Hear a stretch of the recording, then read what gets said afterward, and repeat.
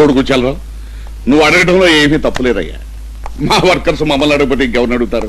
కాకపోతే ఒకటి, మీరు కూడా మా సాధక బాధకాలు కొంచెం ఆలోచించాలయ్యా. సార్ మాకిచ్చే బోనస్ ఎంత సార్? మీ కార్ పెట్రోల్ ఖర్చు అంత కూడా ఉండదు సార్. భలేవాడివయ్యా. పెట్రోల్కి డబ్బు ఉంది కదా అని కారు కొంటావా, నాడా దొరికింది కదా అని గుర్రం కొంటావా?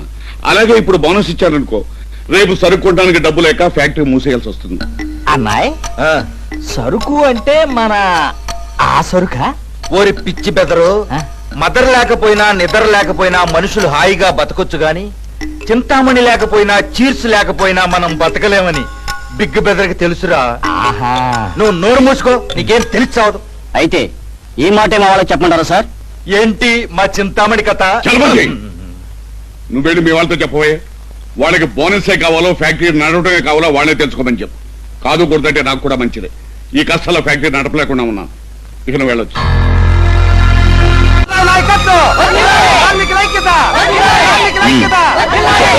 ఏం జరిగింది? ఏముంది సార్, ప్రజాపతి గారిని బోనస్ అడిగాం, వాళ్ళు ఏమన్నారు, ఇక సమ్మె చేయడమే మార్గం అనుకున్నాం. అనుకోవటం తేలికే, కానీ సమ్మె చేస్తే మేనేజ్మెంట్కే కాదు మీకు ఇబ్బంది.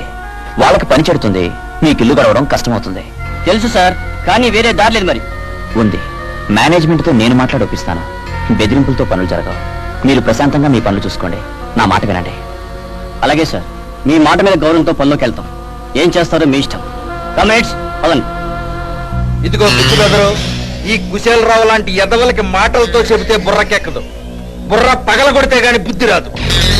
మరే 3 రోజులకో పాలి బోనస్, జీతాలు, గడిద గుడ్డు, తిరుపతి లడ్డు అని ఏదో ఒక పాయింట్ ఎత్తుకురాకుండా ఎట్లాంటి అసలు సబక్కమని పెంచాలి. గవర్నమెంట్రా, ఆ మాత్రం నాకు తెలియక నేను ఊరుకుంటున్నాను అనుకుంటున్నారా? రై, పని వాళ్ళని ఎప్పుడు కాలు కింద చెప్పులాగా ఉంచాలరా. మరీ ముదిరితే తప్ప మధ్య దాకా వెళ్ళకూడదు. ముద్రు లేదు గిదురు లేదు, నువ్వు అని బెదరు వాడి పేణాలు లేపారేస్తా. ఓ, నువ్వెప్పుడు వచ్చావయ్యా రుద్రమనాయుడు? ఆగిపోయావే రా. మీతో కార్మికుల విషయమే మాట్లాడదామని వచ్చాను, కానీ మీ వాళ్ళ మాటలు విన్నాక నా ప్రయత్నం అనవసరమని అర్థం చేసుకున్నా. తొందరపడకు, నేను చెప్పేది విను. తొందరపడుతున్నది నేను కాదు, మీరు. కండబలం ఉంది కదా అని కార్మికులకు అన్యాయం చేస్తే వాళ్ళ గుండె బలం మీ గుండెల్ని చీలుస్తుంది. జాగ్రత్త. ఎందుకు చెప్పానో ఒక్కసారి ఆలోచించుకోండి. వస్తా. మీకెదురు నిలిచింది రుద్రమనాయుడైతే ఆ కార్మిక నాయకులు వేసేయమంటారు ఎందుకు? అబ్బులు సార్, వాడికి మనకి గొడవైందని అందరికీ తెలుసు గనక రుద్రమనాయుడిని మర్డర్ చేస్తే మనం డైరెక్ట్ గా దొరికిపోతాం. ముందు ప్రజాపతి బ్రదర్స్ కి రుద్రమనాయుడికి తగుబెట్టి వేరు చేస్తే తప్ప మనం మర్డర్ చేసి తప్పించుకోలేం. మరి కుశలతో ఏంటండి లింకు? ప్రజాపతి కార్మికుల్ని చేపమ్మన్నాడు, రుద్రమనాయుడు కార్మికుల పక్కన చేరాడు. ఆళ్లకి గొడవలున్నాయి గనక వర్కర్ని మర్డర్ చేసి ఫ్యాక్టరీ గేట్ ముందు పడేస్తే వాళ్ళు కొట్టుకు చేస్తారు. ఆ తర్వాత మనం అటు రుద్రమనాయుడిని ఇటు ప్రజాపతిని కూడా పంబరేపి రంభలాడించొచ్చు.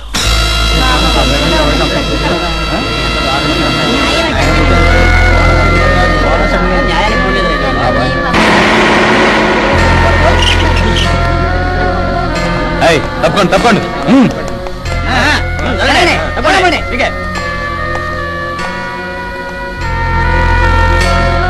కానిస్టేబుల్స్, డెడ్ బాడీని హాస్పిటల్కి తీసుకెళ్లి పోస్ట్ మార్టం ఏర్పాట్లు చూడండి.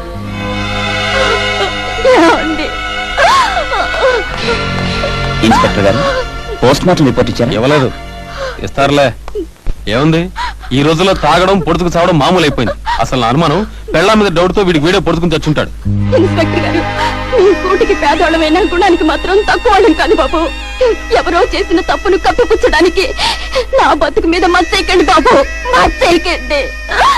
మిస్టర్ ఇన్స్పెక్టర్, ప్రజల్ని కాపాడే పోలీస్ ఆఫీసర్ అయ్యుండి హంతకులకు దుర్మార్గులకు వత్తాసు పలకడం కోసం ఒక ఆడపడుచు శీలం మీద నింద వేస్తారా?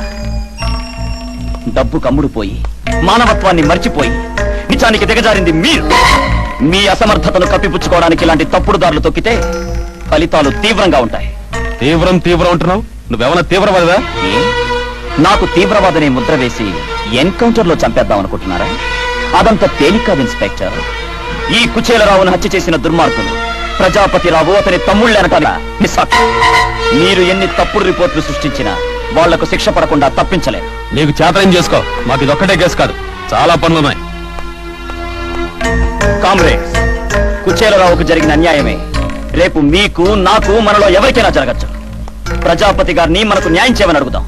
దానికోసం ప్రాణాల్ని బలిపెట్టైనా ఇలాంటి దారుణాలు జరగకుండా అడ్డుకుందాం. రండి. కార్మిక నాయకుడు కుచేలరావు ప్రజాపతి హత్య రాజకీయం కార్మికుల ఐక్యత ప్రజాపతి బ్రదర్స్ కార్మిక నాయకుడు కుచేలరావు ప్రజాపతి హత్య రాజకీయం కార్మికుల ఐక్యత ప్రజాపతి బ్రదర్స్ కార్మిక నాయకుడు కుచేలరావు ప్రజాపతి కార్మికుల ఐక్యత కుచేలరావు.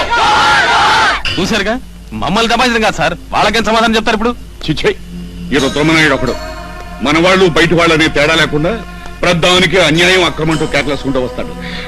అది సరే, పక్కనున్న అమ్మాయి ఎవరు? ఆ అమ్మాయి శిశుపాల్ చెల్లెలండి, పబ్లిక్ ప్రాసిక్యూటర్. అయినా అమ్మాయి ఇక్కడికి ఎందుకు వచ్చినట్టు? పిల్ల చాలా బాగుంది కదరా స్మాల్ బెదరు నాకైతే ఎక్కువ మ్యాచింగ్ ఒరేయ్, ఓరి సోరి వెదవలారా, ఇకనైనా ముగిండ్రా. ముందు ఈ గోల నుండి బయటపడే విధానం ఆలోచించండిరా.